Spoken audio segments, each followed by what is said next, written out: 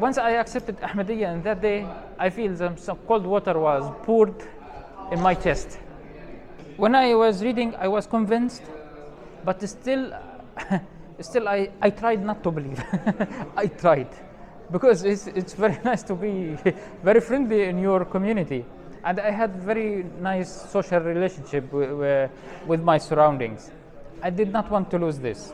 Then I hold a book for the opponents of Ahmadiyya to read. Okay, this is clear, this is cover. This is only to calm myself down. Yeah. वो पेड़ हो रहे थे जो मुद्दत से चोबे खुश्क पड़ते ही एक छींटा दुल्हन से निखर गए। अऊज़ु बिल्लाहि मिनश शैतानिर रजीम, बिस्मिल्लाहिर रहमानिर रहीम। Assalamu alaikum wa rahmatullah. My name is Muhammad Abdul Jawad. I come from Palestine. My family lives in a small village. It's called Deir Balut in the western part of West Bank, and I have studied electrical engineering in Palestine. I got to know the Ahmadiyya community while I was in Palestine. Then I moved to Germany in 2016. I studied my master's degree in electrical engineering as well, and now I'm working as a research assistant in a university. How did you know Ahmadiyya and how I accepted Ahmadiyya? My personal feeling, the story started at one point once I felt that I have a serious problem, that I have no khushu', no concentration in my prayers. So I was thinking, okay, how can I fix this problem? The first step is to learn the tafsir, the meaning of Quran verses which I recite during salah or during namaz, and also the meaning of salah and so on. So I started with tafsir of the Fatiha. Then the tafsir was the name of the tafsir was Safwat al-Tafasir. He's a Saudian scholar, and I read, and he was successful to mention at least one point. In the part we say, اهدنا الصراط المستقيم صراط الذين أنعمت عليهم. So, اهدنا الصراط المستقيم, oh God, guide us to the straight path. The path you guided to the mun'am alayhim, the blessed ones. And there is another verse in Quran, explain who are the blessed ones, al-mun'am alayhim. And the verse says, وَمَن يُطِعِ اللَّهَ وَرَسُولَهُ فَأُولَٰئِكَ مَعَ الَّذِينَ أَنْعَمَ اللَّهُ عَلَيْهِمْ من النبيين والصديقين والشهداء والصالحين. So it says there is 4 categories of mun'am alayhim, or the blessed ones. They are the prophets, siddiqeen, shuhada, salihin. And this connection between the blessed ones in the Fatiha and the other verse in another part in the Quran, which describes who are the blessed ones. And we always ask God to guide us to the straight path in which these blessed ones walk on this path. So I was fascinated. I was very happy with this tafsir, and it was also a little bit strange because we are already Muslims. Those who read Fatiha and those who pray, they are already Muslims, but still they pray for God to guide us to the straight path. But aren't we supposed to be already on the straight path? But I felt no, I still need guidance. I need hidayat. I loved this dua, and I started praying this dua. like maybe this extended about 1 year. Before I still didn't know Ahmadiyya, anything about Ahmadiyya community. Then at one point, once I started studying at the university, I met someone. Once I met this guy in the university, and he said, I know someone, he removed the dust from over the Quran. Once he said this sentence, I said, okay, what he is saying is God's answer to my prayers for hidayat, or to guide me for the straight path. It's at the very beginning, like I said, okay, this is the God listened to my prayers. Then, as I said, he guided me, he gave me contacts for relatives of him who are Ahmadis, and I talked with them. I met them in the university. They were very nice. They came to the university. I did not go to them. And they introduced the Jama'ah for me, and I had some questions. The basic issues like, did Prophet Isa alayhi salam died? Who's coming? The promised Messiah? Who's the Mahdi? Al-Masih al-Dajjal? The very basic thing. Then afterward, I started reading. Like then, when I started, it says he's a prophet, and this also was a very, very big shock for me. And I know, like in the society, this would not be accepted at all. But once I started reading, so everything becomes easier to understand and to realize and to absorb the ideas. Like in any way, all Muslims believe there is a prophet who's coming, but they believe an old prophet will come, and we say a new one, but he's still a student for Prophet Muhammad and the school of Prophet Muhammad.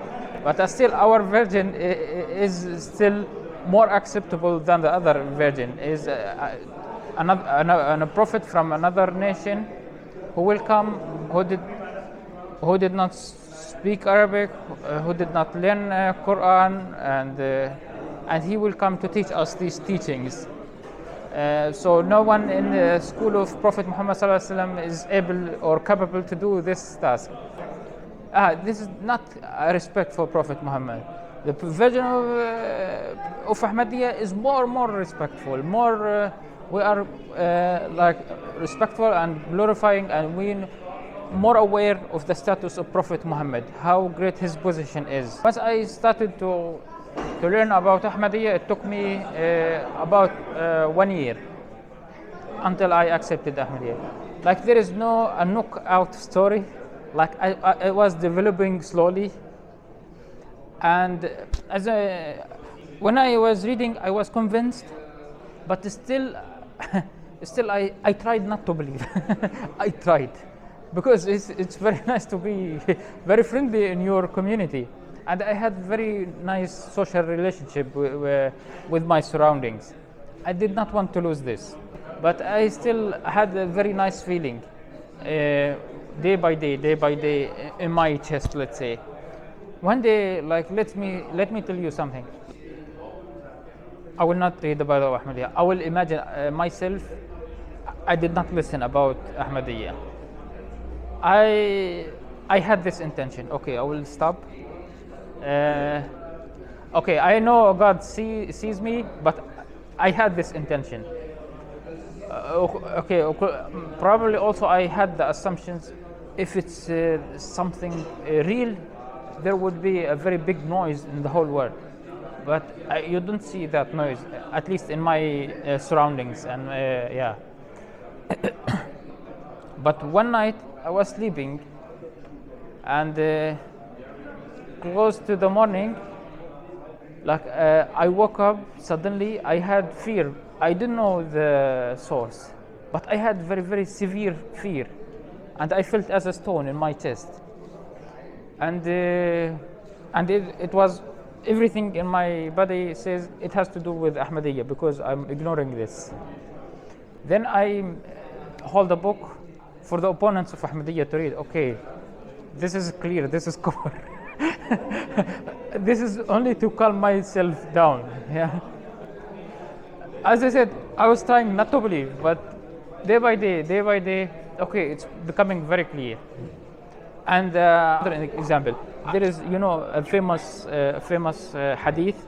There would be 73 factions of Islam, all of them in the fire except one. Then I ask myself, there is no distinct difference between these factions in Islam. Only Ahmadiyya, they have very distinct, very clear difference. This difference, maybe, you say this difference makes you go to Nar or not. And this difference is the promised Messiah. He's a prophet. And Prophet Muhammad sallallahu alaihi wasallam, he encouraged us so many times to accept his claim and his movement and to support him. So this difference is a real difference. After accepting Ahmadiyya, like I had some experiences, like I feel God guidance. I feel how God calmed me even in trouble times and problems times. I feel not scared, I'm not frightened. So I feel calm even in trouble times. Yeah, after I accepted Ahmadiyya, my family also, they were kind of shocked. We are somehow conservatives. They did not like this label kafir. Unfortunately, no one could accept Ahmadiyya. We couldn't have any real conversation. So it was kind of a red line. We don't want this label. And once we start a real conversation, after a few sentences, then they start screaming at each other. But still, my family, they're supporting me. I continued my study in the university. My father still supported me. I married an Ahmadi girl, but my family also supported me. My father also, family of my wife live in Turkey. They are Syrians. And my father also called them and asked the hand of their daughter to marry me. Or for my family and the whole Palestine, they are Sunni. It's sometimes different from region to region. All of them Sunni, but sometimes some regions are not that strict. They are lovely, friendly, and so on. Even when you are Ahmadi, they are totally fine, and no one is aggressive with you. In most regions, some regions, there are some strict people, and in the university, I was open. Like I'm an Ahmadi, but still I don't remember anyone who boycotted me because I was openly Ahmadi. And we had a mosque in the university in Najah, and I was also openly. I have to pray alone. I don't pray with others, and so on.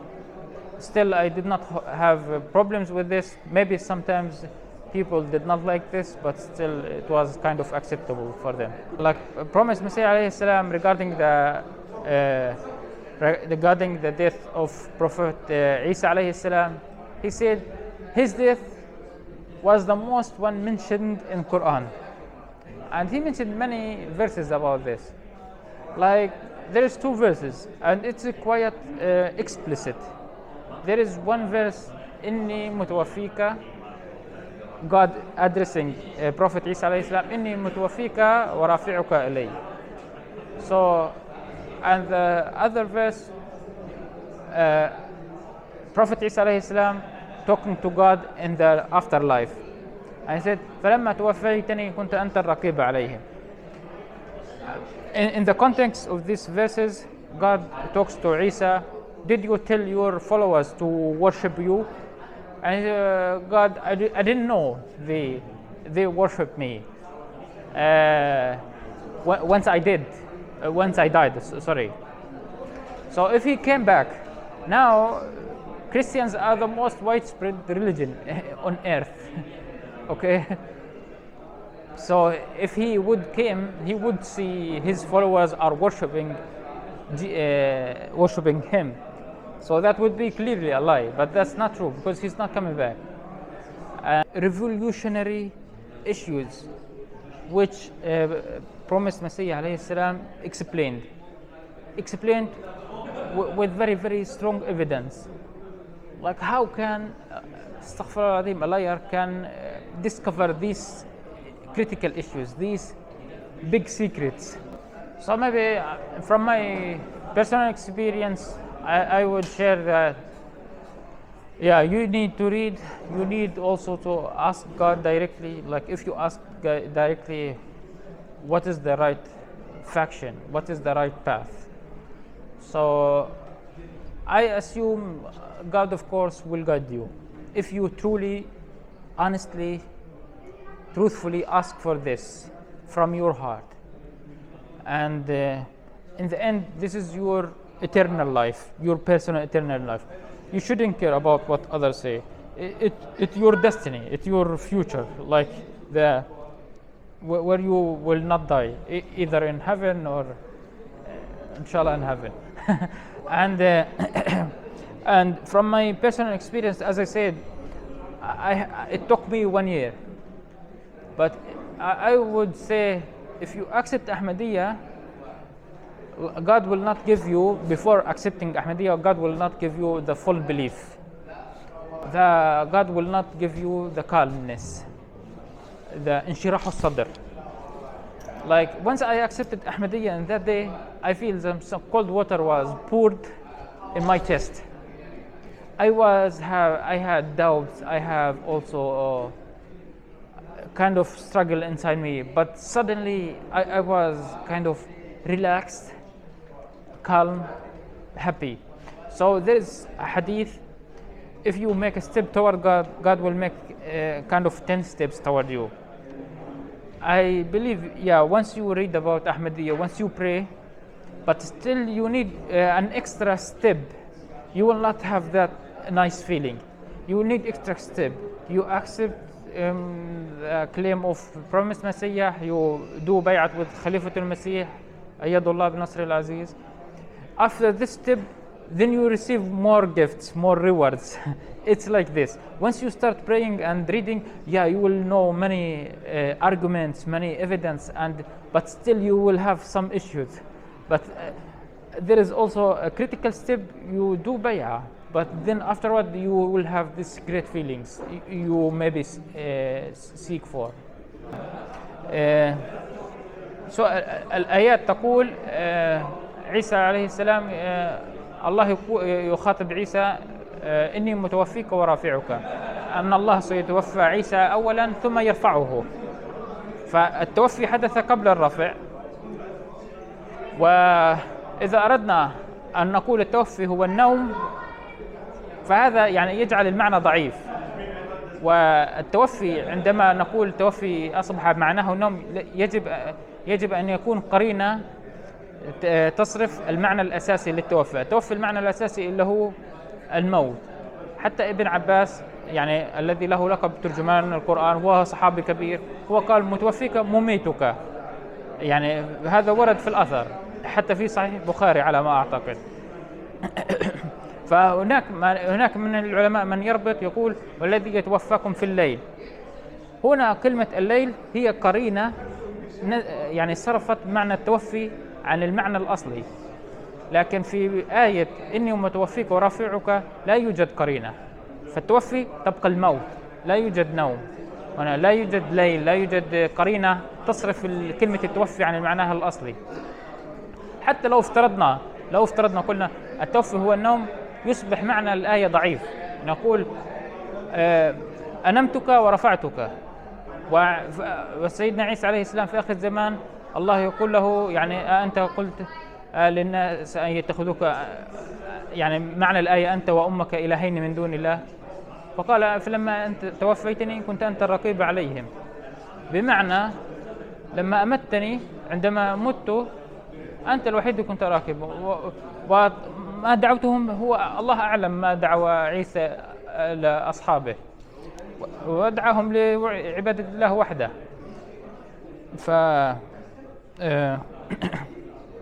فلو قلنا فلما توفيتني كنت أنت الرقيب فلما توفيتني معناها فلما أنمتني، أنا يصبح المعنى ضعيف.